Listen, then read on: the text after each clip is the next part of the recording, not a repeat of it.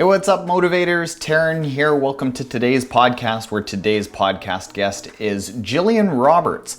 Gillian is a motive mover. She's also a previous guest on the podcast. And why we have asked Gillian, why we're honored to have Gillian as a guest on the podcast again, and as a mover in particular, representing our brand, is because she's such a fantastic representative of our sport. If you don't know about Gillian at all, she has now 3 times undergone surgery for cancer. Her most recent surgery was literally just in the few weeks before we recorded the podcast. Why I think we can all take so much inspiration from her is because she always focuses on what she can do, not what she can't. Now, as a lot of us know, comparison is what robs us of joy. Comparing ourselves to other people, comparing ourselves to maybe fitter versions of ourselves in the past or super fit versions of ourselves in the future. Now, of course, this is motivating. We all do seek to be better versions of ourselves, but when we focus on the here and now and maybe being better versions of ourselves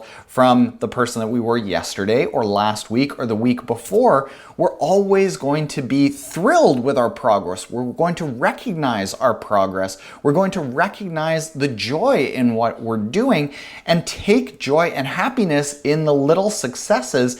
And this allows us to enjoy life a lot more. Achieving huge amounts of success and changing the person that you are isn't done by making huge changes. It's done by stringing together a lot of little successes. And if we can keep reinforcing the good things and the good sensations of being a better version of ourselves and taking joy in what we can do, not focusing on what we can't, I think we are going to be able to achieve so much more than we ever imagined. So we're really honored to have Gillian come back on the podcast and especially be a motive mover.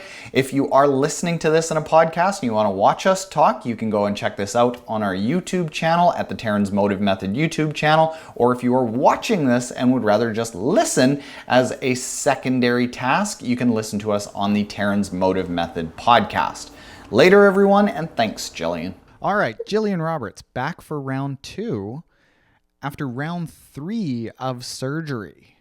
Yeah. Biggest trooper imaginable. You reached out and said, I'm ready to do the podcast for the Motive Movers, like 4 days after surgery. Was it 4 days? It was very, very soon. I didn't even think you were out of the hospital yet.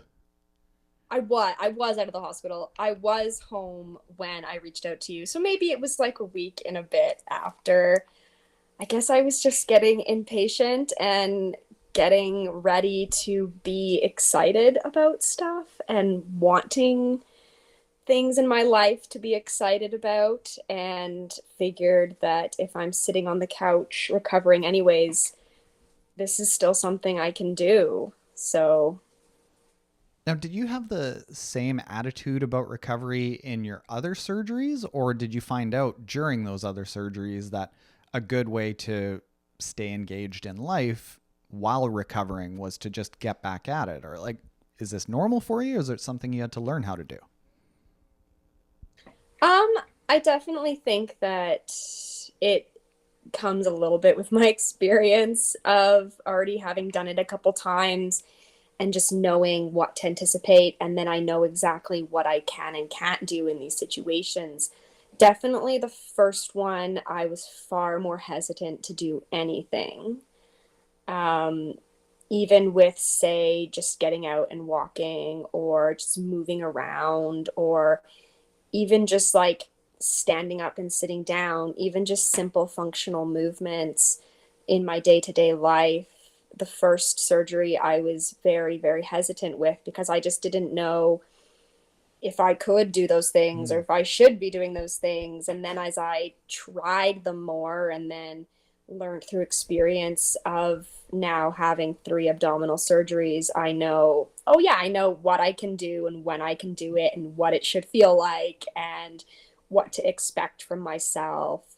And I know that when I am trying to keep myself mentally engaged for a 6-week bed rest, which is so long, that I need to really take advantage of things that bring me joy and that are fun. And when you're sitting on the couch, there's very little choices. I don't actually know this. Like, what was the timeline of surgeries one, two, and then I know three, but one and two as it related to to you doing endurance sports? Which came first, and like how did they intertwine with being motivated, or like proving to yourself that you could do things? Like what came in what order? I started doing endurance sports when I was a kid because I was a runner in elementary school and high school, and I was always the kid that would always pick the longest possible choices.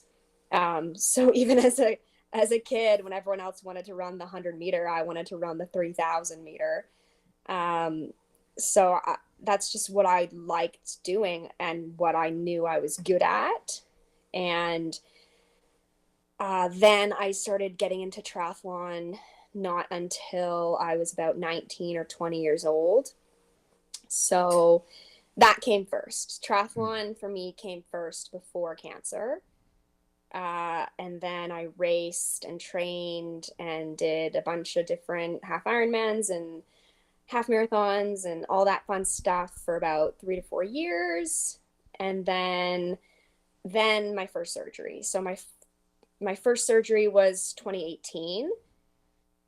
So, 7-ish years into me, or 6-ish years into me doing triathlon and having triathlon in my life. 2018, I had the abdominal surgery for the benign tumor, and then 6 weeks bed rest, started training again, did a half marathon in 2019, and then 2019 had the second surgery that came with the cancer diagnosis, and then followed by the chemo, and then took 2020, 2021 to try to get back to doing triathlon again. Still hadn't quite made it really back into triathlon, but was definitely having a lot of fun doing triathlon stuff. Lots of running, swimming, biking, and just really enjoying it and having a good time. And then now here we are, 2022, surgery number 3, second cancer diagnosis. So how does endurance sports how do you relate to endurance sports while going through this? Is it an outlet? Is it something that you wish you could do better? Because a lot of people can go one way or the other, where they associate it with something that is like, okay, this is my way to get back to full health, while other people might look at it and be like, oh, I can't do it to the level that I want, and then it's kind of like a negative thing. I'm not saying one is better than the other, but just like, how does it fit into recovery and what your life has become? Yeah. Mm-hmm. I think when I was recovering from my second surgery and then had a good 2 and a bit years of getting back to fitness and getting back to my activities, I think sometimes I would flip flop between those, like just do it because I want to do it. And I think for me, a big part of it is like I had to re-find my why. Mm-hmm. And I had to really think about that, because my why before cancer was to do my best and to train my hardest. And I had all these goals. I wanted to go to the world championships, and maybe someday I still will, but I had all these big goals that I wanted to achieve. And that was my why. And I really had to strip that down and re-find my why after cancer. And the last couple of years of training, my why has been because it makes me feel good, because it brings me joy, because it's fun. Because when I'm doing those things, it's when I feel most like myself. And sometimes I would even consider like, oh, I'm not going to do it because like I'm not as good as I used to be. But I just kept coming back to still wanting to do it despite that, because I truly loved it. What was it like with the people around you? I know we've been through kind of a similar thing, that we've talked about it before we even talked about the motive movers, and just like talking about it as friends, that I think you and I have had similar instances where like everyone associates us with racing and pushing to the next race or the next PB or what's the next thing you're going to do. And lately I answer, well, I just kind of like being healthy. I like exercising. And people are like, oh, well, when are you going to come back to triathlon? I'm like, well, why is triathlon a race? Nobody says that a runner who doesn't race isn't a runner, but all of a sudden when you're a triathlete and you don't race, you're apparently not a triathlete. And that is tough for me to, my entire persona was about racing and I felt guilty about it, but I felt like I enjoyed exercise. I enjoyed going out for a 50-minute unstructured run a few times a week or a ride without any race on the calendar. But it kind of makes other people feel weird because they don't know how to describe you. I don't know, like what did your why become? How was that entire process for you? It's challenging because, like you're saying, people have these expectations for you. And those are really hard to grapple with sometimes because you feel that judgment, or you feel people, putting those expectations on you, and that's not comfortable. But I have struggled with that sometimes because I have had, say, different training partners or just different people in the community who expect me to be doing certain things, say things to me or say things to other people. And it kind of hurts your feelings at first, and you're like, but I love what you're saying. Like, to be a runner or to be a swimmer or to be a cyclist or to be a triathlete doesn't mean you have to be doing it at a certain level or have to be racing. I can go out and swim and bike and run and never race and still call myself a triathlete. I will race again someday, but if I never did again, I would still call myself a triathlete. And I think about what I would say to other people too, if someone else was starting out in this sport and just wanted to do it for fun and was like, oh, I'm not a triathlete because I don't race. Or I just do short distances, or I've just done a 2-hour sprint. Like, no, there's no just in there. Sure. Or, oh, I'm not a real triathlete because I haven't done an Ironman or whatever. It's like, no, I would never let anyone else say that about themselves. So I'm not going to say that about myself either, because I do believe that we're still triathletes if we don't race, and that the lifestyle to me is so much more important than the racing. Although I do love the racing and I will get back there, but the lifestyle to me is the thing that makes me the most excited, I think. Did you ever have doubts that you would come back to any sort of fitness while you were going through the surgeries? Yeah, totally. Really? 100%. Yeah, I still have those doubts now that I'm here sitting on the couch in the middle of a recovery right now. Even though I know I've done it twice before already, I still have doubts. And not necessarily doubts that like physically I'll be capable of doing it, because I know that if I like choose to put in that work, I can get back to those places. It's, I think right now, more of a mental doubt of, oh man, do I want to put in that work again? It's so hard. And like, do I want to go through doing that and staying dedicated and committed to the training schedule? And it's very disheartening when you put in really hard work and make a lot of progress and then have it ripped away from you again, because now you have to start at square one again. And that's kind of where my doubts lie right now, if I'm going to feel motivated and the desire to put in that work again. But let me ask you this. You got back to before surgery number 3, I saw you putting out some really strong run times. Like you're actually smashing me at my 5Ks, like from one week to another. And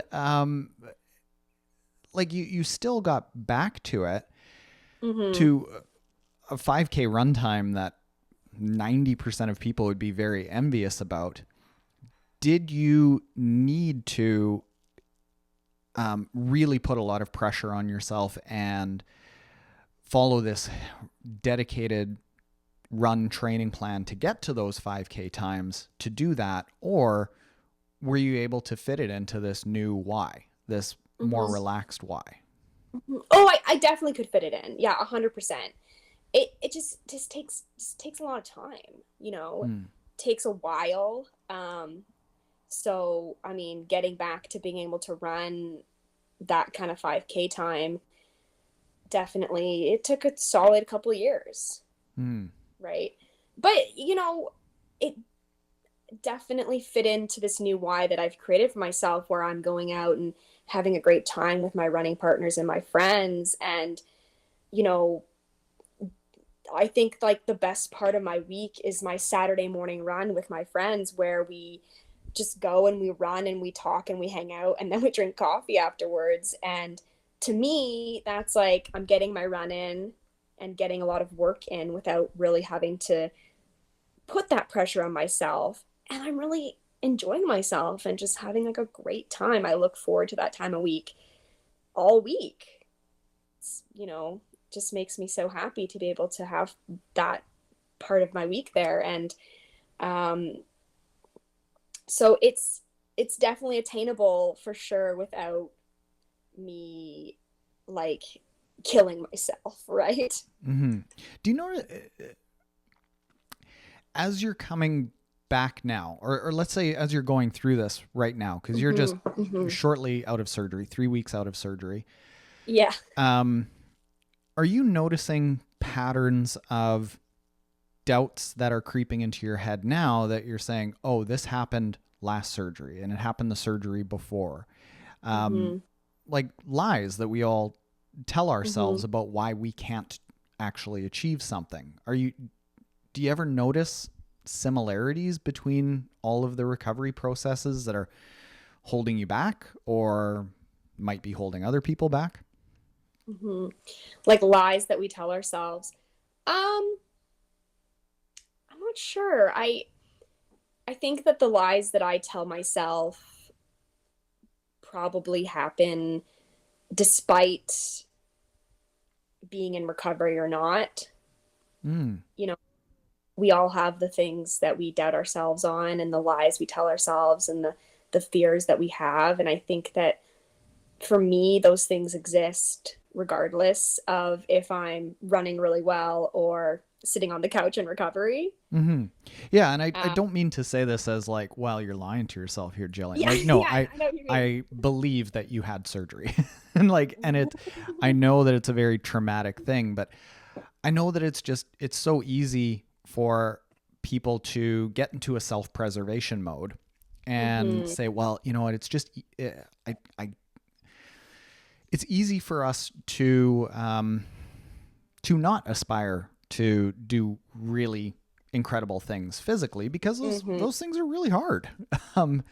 And I remember the few times that I've had bed rests that was like, oh yeah, this is actually quite nice. And maybe I should just wait a little bit extra. We talked about this before we started recording that like those times that I was on bed rest, like I would wait 18 days the first time before getting back into any sort of fitness.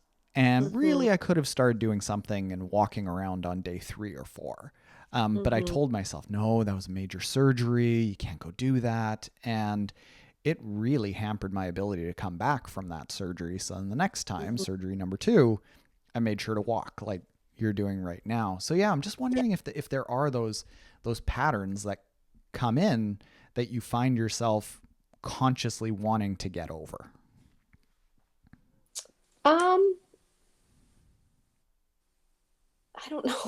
I don't know. I'm not sure what to say about this.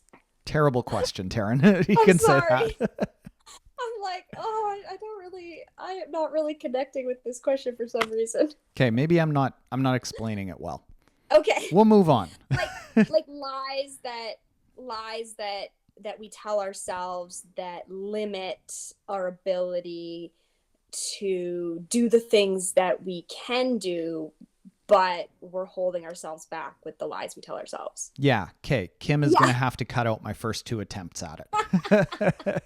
That's okay. Yeah. So what I'm getting at is, yes, it's easy for us to tell ourselves things that aren't necessarily true, Mm-hmm. to avoid doing some things that are very difficult for us, but Mm-hmm. important for us to do for our mental health and physical health. Mm-hmm. Yeah. Do you notice those lies Mm-hmm. with yourself, or when you Mm-hmm. start talking to people who have been through another surgery or they're coming Mm-hmm. back from a major illness and they start talking to you about how do you do it, you hear things come up over and over that are like, no, no, no, you can get over that. Well, okay, I think the big lie that I've already started even talking in this, conversation right now is that we think it's way harder than it is. And even the way I was talking about it before, like I had to put in the work and it's so hard and like it is, but I'm also kind of lying to myself when I say that it's so hard. Like it is hard, but if we take it just like these tiny little bites at a time, it's actually a lot easier than we build it up in our head to be, and even a lot easier than I even build it up in my head to be, even though I've already done it a few times.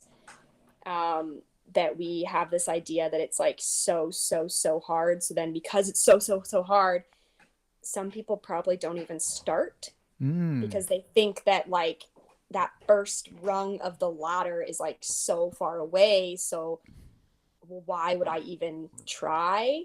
But in reality, if we can break that down into these like teeny bite-sized pieces, then we can start climbing those little ladder rungs so much easier. That makes perfect sense. I was I was talking to one of the other movers in another podcast last week about Mm-hmm. how endurance athletes, we just do a bad job of talking about the small steps. And Mm-hmm. everyone out there in the community and ourselves, we just think, oh, it's like 10 hours to 15 or 20 hours a week or nothing. And that's what it takes. And we all forget that most of us probably start with like 4 hours a week of training, 5 hours a week of training. And then I think it becomes Mm-hmm. exclusionary because everyone else out there looking at endurance sports from the outside thinks, well, they have to do those enormous hours or don't even bother showing up. So how could they possibly do it? Because they don't even have time to get Mm-hmm. to the gym. And it becomes this cycle of people talking about big training hours. So other people get intimidated by it. So then they don't do it. Mm-hmm. And then somebody gets into it and forgets about the 4 to 5 hour training weeks, get up Mm-hmm. to the 10 to 12, and all they talk about is that. So I think it does become exclusionary. Not that the 12-hour training weeks are bad or the 15-hour training weeks are bad. It's just that I think we need to do a better job of telling the world and ourselves that whatever level you're starting at is okay if it is going for the 20-minute Mm-hmm. walk Mm-hmm. every day. Cool. Yeah. Do that. Well, and I think that that lie really affects people who are starting out because if someone's starting at step one, they look at someone and they're who's on step 100 Yeah. and they think, oh my goodness, like I can't do that. Like it's way too big. But we can't compare ourselves to someone who's steps ahead of us. And even that being said, someone's step one compared to someone else's step one could be different. So we really can't compare ourselves to anybody else is the moral of the story there. But, you know, if someone on step one is looking at someone way up here who's taken years and years and years to climb all these steps, it does look really unattainable. Mm-hmm.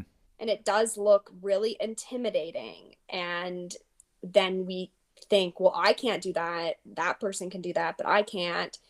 But then if we start taking those tiny steps, we realize, oh, I can do these things. It just takes some time and some learning, and for me, in a couple weeks, again, I'm going to be starting back at step one. And my step one is going to be trying to run a kilometer. And that kilometer is going to be very slow, even slower than a kilometer I could have walked before surgery. So that's going to be my step one. And I could never hold myself to even the standards of past Gillian because past Gillian last summer was running ultra marathons in the mountains. There's no way that's going to be attainable for me for a long while now. I So like step that one is analogy of the step one. That yeah, that's great. As media, people putting out content, I think we're also guilty of largely focusing on the people that are only at step 90 or 95. right. And sure, we might dabble a little bit and be like, well, where did you start out? All right, moving on. Tell me about your Yeah, 745 Ironman that you did. yeah, And it's just kind of touching on it. But in a lot of cases, what we also are doing are interviewing. I mean, I'll say probably 60-70% of our total podcasts have been with professional athletes where their mhm. step one is probably somebody else's step 80. Totally. Yeah, yeah. And then it just gets intimidating to be like, well, geez, they started at step 80 for me. Hmm. How can I possibly get there? And I think we need to do a better job of talking to people whose step one is like everyone else's step one, and Right. understand that you can get to Average per the average person doing Mhm. exceptional things, Sure. and make it realistic to understand that everyone has their own step one and everyone has Hmm. their own step 100. Hmm. And you've just got to go through them. And it might mean that you don't get to a world championship at your step 100, but it doesn't matter because it's your Sure. step 100. And whatever that is a better version than your step 0. We need to take a quick second to thank a sponsor. Athletic Greens is a product that I use literally every single day. I like Athletic Greens as a replacement for a traditional multivitamin. Athletic Greens is made with whole foods. It contains 75 vitamins, minerals, and nutrients. And because it is made from whole foods and you can mix it up as a greens powder in a shake or whatever you want, it's much easier for your body to actually absorb. Now, if you go to athleticgreens.com/Taren, you will get a free year's supply of vitamin D with your first purchase and 5 free travel packages. Again, that's athleticgreens.com/Taren to get yourself some Athletic Greens. Everyone that I know that's tried it has absolutely loved it, so you will too. Give it a shot. Yeah, no, and that's a really big theme that I encounter when I work with new athletes. I lead group runs with the Prince George Roadrunners that I work with here in Prince George, um, and I lead group runs every week, or normally, not right now. And I've been doing that for about 6 years. And when new runners come to my group runs, that's something I find myself talking about a lot, and trying to celebrate where they are in their journey and trying to honor where they are in their journey and try to get them to not compare themselves to anybody else, um, and compare them, just only hold themselves to the standards of where they are right now in their journey, and help to empower them that that's a perfectly okay place to be, and be proud of themselves for that, and to celebrate every little win along the way, because it can get really discouraging for new athletes to come out and feel like they're not good enough, or feel like they don't belong there. Mm-hmm. But a lot of that comes from their own discomfort and them comparing themselves to others, because that's just what we've been taught to do. Well, yeah, comparison is the enemy of happiness. Exactly. Because there's always going to be a faster person. I remember when this was happening with me that I thought that if I got into endurance sports and there were some numbers that I had, like if I could run a sub 30 130 half marathon, I would be very happy. Well, I ran a 128.06, and then I thought, well, I should probably be able to do 125. And then Yeah. it was, I never thought I'd be able to go sub 10 hours in an Ironman. I went 9:41 in my first. Okay, well, that's not Hmm. good enough. Now I can probably do Hmm. a 9:10. The half Ironman PB that I have at 4:28, I wasn't happy that that was 4:28, even though it was 25 minutes faster than I ever thought I would be able to do. I thought about the 3 minutes that I could probably shave off to move one step up Hmm. the podium. Right. And it was just always comparing myself to somebody else. And I'm sorry, unless you're Jan Frodeno, you're never going to win that game. You're always Hmm. going to be upset with yourself. And I think now I'm better at just comparing myself to a different version of myself. Mm-hmm. Am I healthy? Am I happy? Am I balanced? Am I strong? Mm-hmm. Am I centered? Do I feel stronger, and can I still go out and push some watts or do some hard kilometers? Yeah, of course I Mm-hmm. can. And instead of comparing myself to the elite of the elite, I'm comparing myself to a sedentary version of myself, Yeah, which I think is totally. a lot more fair and appropriate. But It's it's hard. attainable. It's attainable. It And I think that like looking up to the pros can be really fun, and it can be a really good source of motivation sometimes, but we can't base all of our motivation on those people because you know they're not like us. They don't live normal lives. I mean, they're still normal people, but like for us people who have jobs and kids and families and other things, it's just a different expectation that we can hold ourselves to, and we're not pros and we're not necessarily built to be the best of the best in the world. mm-hmm. And there's only few people in the world who are going to be that fast, and that's why they're pros. Yeah. Well, there's an interesting book that I'm reading right now called The Molecule of More, and it's about the Mm, dopamine reward pathway. mm, And basically, unless you consciously decide to focus on more attainable version of what makes you happy, mhm. dopamine will constantly make you look at the next step, and it will Right. never be satisfied with whatever you achieve. Mm, So it's that cycle of, well, 130 is fast. Oh, no, not fast enough. And then 10 hours is fast. Oh, not fast enough. Because mhm, dopamine never gets happy if you don't mhm. override it. The nice thing about dopamine is you can not necessarily trick it, but you can use it to think long term and rationally and logically. And if you do that and you go, oh, I'm a better version of myself, and maybe I could go a little bit faster, but is that appropriate given my time commitment or my aging or all of these things? And then you Mhm. start putting in the context of, hey, I'm pretty damn good. Maybe I could get a little Yeah. bit faster, but like you can actually take joy in it. I'm not saying don't aspire for more, because the aspiring for more is the fun stuff, but aspire for more and be happy with what you can do. And that's what I've seen you do so well, is like I get the sense that you are more happy with what you can't do than upset with what you can't. Yeah, and that's a really big part of cancer recovery and any illness or injury recovery. And just in life, like we can't focus on the things we can't do or the things that we don't have. But if we can focus on the things that we can do and the things that we do have, it definitely makes for a happier life. And that definitely has taken some learning on my part to learn how to do that.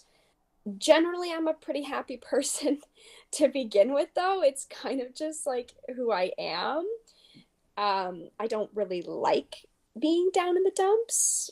It does happen, but when I am down in the dumps, I try to find a way out of it pretty as fast as I can. And being grateful for the things I do have has been a really huge part of that. Mm. Um, with this new why of yours, Hmm. what makes you happy? What in endurance sports makes you happy? Yeah. What makes you feel fulfilled? Um, so many things. I don't know.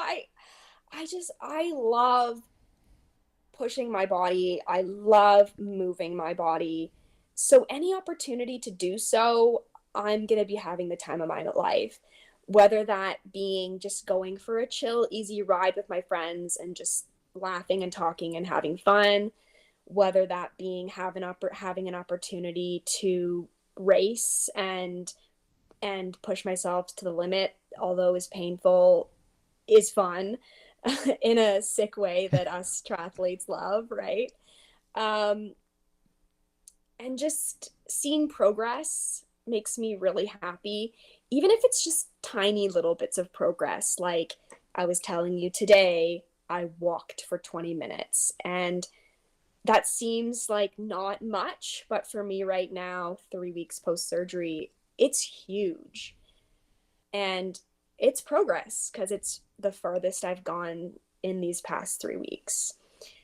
So even the tiniest bit of progress is something to celebrate. And then if you can celebrate those even tiny little bits of success and those tiny little bits of progress, it makes you feel successful and then lights that fire under you to keep going and not give up and keep enjoying yourself and keep trying new things. And yeah. This is a question that I've been really excited to ask you because I think you've got a Oh, really good perspective on it. oh my goodness, I'm Is nervous now.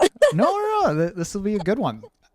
It always turns out well. Don't let me down here, Gillian. Okay. So, if you are czar of achievement, you get Okay. to change one thing about actions people take or thoughts that they have about getting to achievements that they want to accomplish.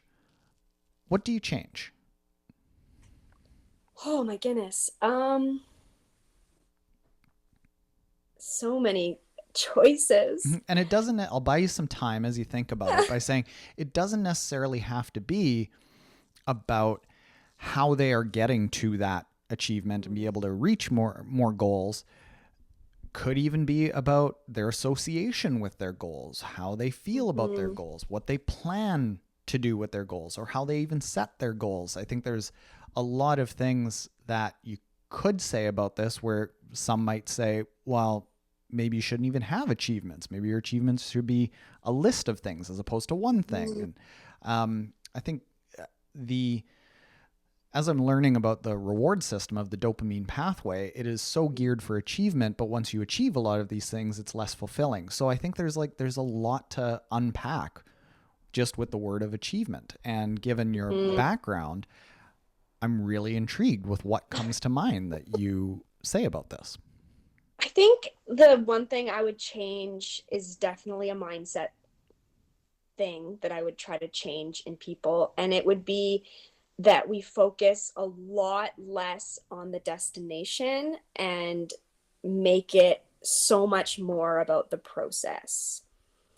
And for me, I think a big part of that comes down to the whole thing of racing versus non racing because in endurance sports, we focus so much on the end result and getting to the end result, and the end result being a certain measure, and that the end result is going to be the thing that's going to bring you happiness. Like you're saying, I will be happy if I reach this time. Yeah. But then being so focused on the destination that you're like willing to get there at absolutely all cost. So sacrificing relationships, sacrificing long-term health, sacrificing your family, sacrificing your sanity, sacrificing your mental health. Um, and I think that those things need to be put in the forefront of the process in getting to the destination. And for me right now, I think the destination is it's going to be what it is. Maybe it'll be what I want it to be, maybe it won't, but I'm trying to focus less on the destination and having less expectations for the destination and more expectations for the process in order to maintain fun, in order to maintain long-term health, in order to maintain my relationships and friendships, in order to maintain my sanity and my enjoyment of it all. Um, because I think that if I make the process really, really, really good, the destination is bound to be great too, whatever it ends up being, because So, I'm just going to love doing it. so then that leads to the question Mm-hmm. before this most recent surgery and you Mm-hmm. were doing ultras and 5Ks and like very Mm-hmm. good times, were you focused on the process or the destination? Sometimes the destination, you do have to have a plan for it because, I mean, last year when I was running, 45 kilometers in the mountain, you can't just be like, whatever happens, happens. Like, you do have to be prepared for that. You do have to make sure that you're doing your appropriate training so that when you get to that mountain on that day, you're ready for it. So the process can't, or sorry, the destination can't definitely be thrown out the window. I just think that people need to focus more on the process and making that fun, um, instead of it being a slog just to get to. That, yeah, that sounds similar to what I experienced. That in my last couple Mm, years of racing, I had this training plan, and it was I have to hit every single interval at every single pace and mhm. every single power target that I want to hit. And well, I can't train with those friends because Right. they're not willing to do that exact workout. So I went and Mhm. trained solo for a couple of years, got super fast, which is, oh, we have a weird, hang on, very weird thing. Super big feedback. Can you hear that? No. No. Oh, that was like unusable.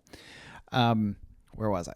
So yeah, got super fit in the process, did some good PBs, but at the same time, I kind of lost my joy for the sport because it was Mhm. just going through the motions.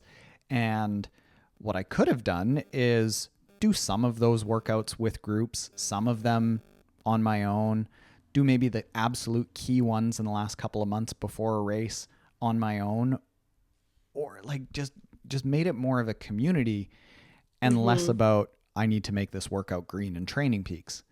Yeah. Um, and it was all so that I would suffer, and then have a good reward on race day. Mhm. And then that reward came on race day, got the good time, but again, dopamine didn't let me enjoy it. So I didn't Mhm. enjoy the process. And then there was like a little fleeting moment of, ooh, 4:28 on my watch. And then looking at all of the minutes that I could have saved had I done other training. So I didn't enjoy the process or the destination. Um, Totally. yeah. And So I I think you can found do that in the both. last couple of years, I found in the last couple of years when I have really been trying to focus on the process, because I didn't really know what the destination was either, which is also part of that, of me being like trying to focus on the process, because I just didn't really know what the destination was going to be. Um, I've been way more excited when my alarm goes off. Because we've all had those moments where the alarm goes off in the morning and you're just like, God damn it, I have to go to the pool, or, Yeah. and you're just like literally zombie dragging yourself out of bed. And when I started focusing more on the process, the alarm would go off and I'd be like, oh, I get to go run with my friends today. And I'd be like excited to like jump out of bed at 6 in the morning or whatever. And my husband's like, you're crazy. Um, but it just felt more fun and I like wanted to be there more. Yeah. Yeah. So, I don't know if I've ever shared this with you, or even I might have shared it just once publicly about what we're planning to do with our app. We want to give people rewards during mhm. the training. So giving people little rewards and badges, and it seems silly, but this works a lot for enjoyment and motivation when you start Mhm. rewarding people for like taking their fifth rest day when they actually were supposed to rest, and taking that fifth Right. rest day in a row, or the 20th low heart rate run in a row. So making it less about you only get a reward for a PB, or you only Right. get a reward for training more than you did in other years, or this enormous streak, rewarding the process as well, and making the Mhm. process along the way exciting, that there are those bonus moments where you can be proud of yourself and see what progress you've made, as opposed to slogging through a lot of months just to have a reward on race day. You can have the reward on race day and throughout the process. Right. That's awesome. That's good. I like I that. I think so. I hope so. What do you want to maybe impart with for people, um, when it comes to achievement or mindset or happiness, or whatever it might be? Um, hmm. I think that this is kind of the message I try to focus on and that always I come back to when it comes to all of my social media stuff that I do and all of my blogging stuff that I do, I just want people to know that they can do hard things. And I don't want people to doubt themselves and think that they can't do it. And that's part of why I do share my story, because I want people to see that doing hard things is possible despite boundaries and barriers, even with things as big as cancer. And I just hope that also people know that just because people carry hard things in a good way doesn't mean that they're not very heavy. Because something that I think is a misconception about me that I get often is that even with doing hard things and overcoming cancer, that Gillian can do it because she's positive and she's good at this mindset stuff. And yeah, I think I am good at that. And I think that I'm really good at also appearing like I'm better than other people at it. But it's really hard for me too. And I just want people to know that I'm not a superhuman in this sense, that I'm just like everyone else too. And I've had to learn all these skills and mindset skills that have brought me through. So truly, if I can do it, I really think that anyone can. Oh my, that's a good message. Oh, you got me a little bit teary there. Oh. How dare you? Well, let's wrap it up now so I can go have a couple of teary moments. Where should people follow you? I think the place to start would be Instagram, Tri_Jill, Gill, because on there was also a link to my blog where I write about all things cancer and triathlon and how those two worlds collide in my life. Fantastic. Thanks, Jill. And thanks for being so open about your journey. I think it definitely inspires a lot of people. I know it does.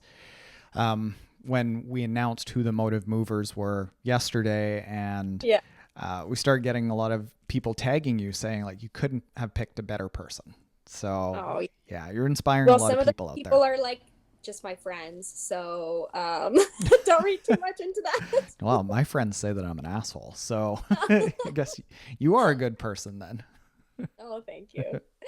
Awesome. Well, I'm excited. I'm excited about this message and just trying to amplify this message with more voices, because like you say, you're only one voice with one experience in the triathlon world. So I'm just excited to see all the different perspectives of all these different people with different short stories to share and the ability to connect with more people. I'm looking forward to it. It's going to be great. Awesome. Thank you.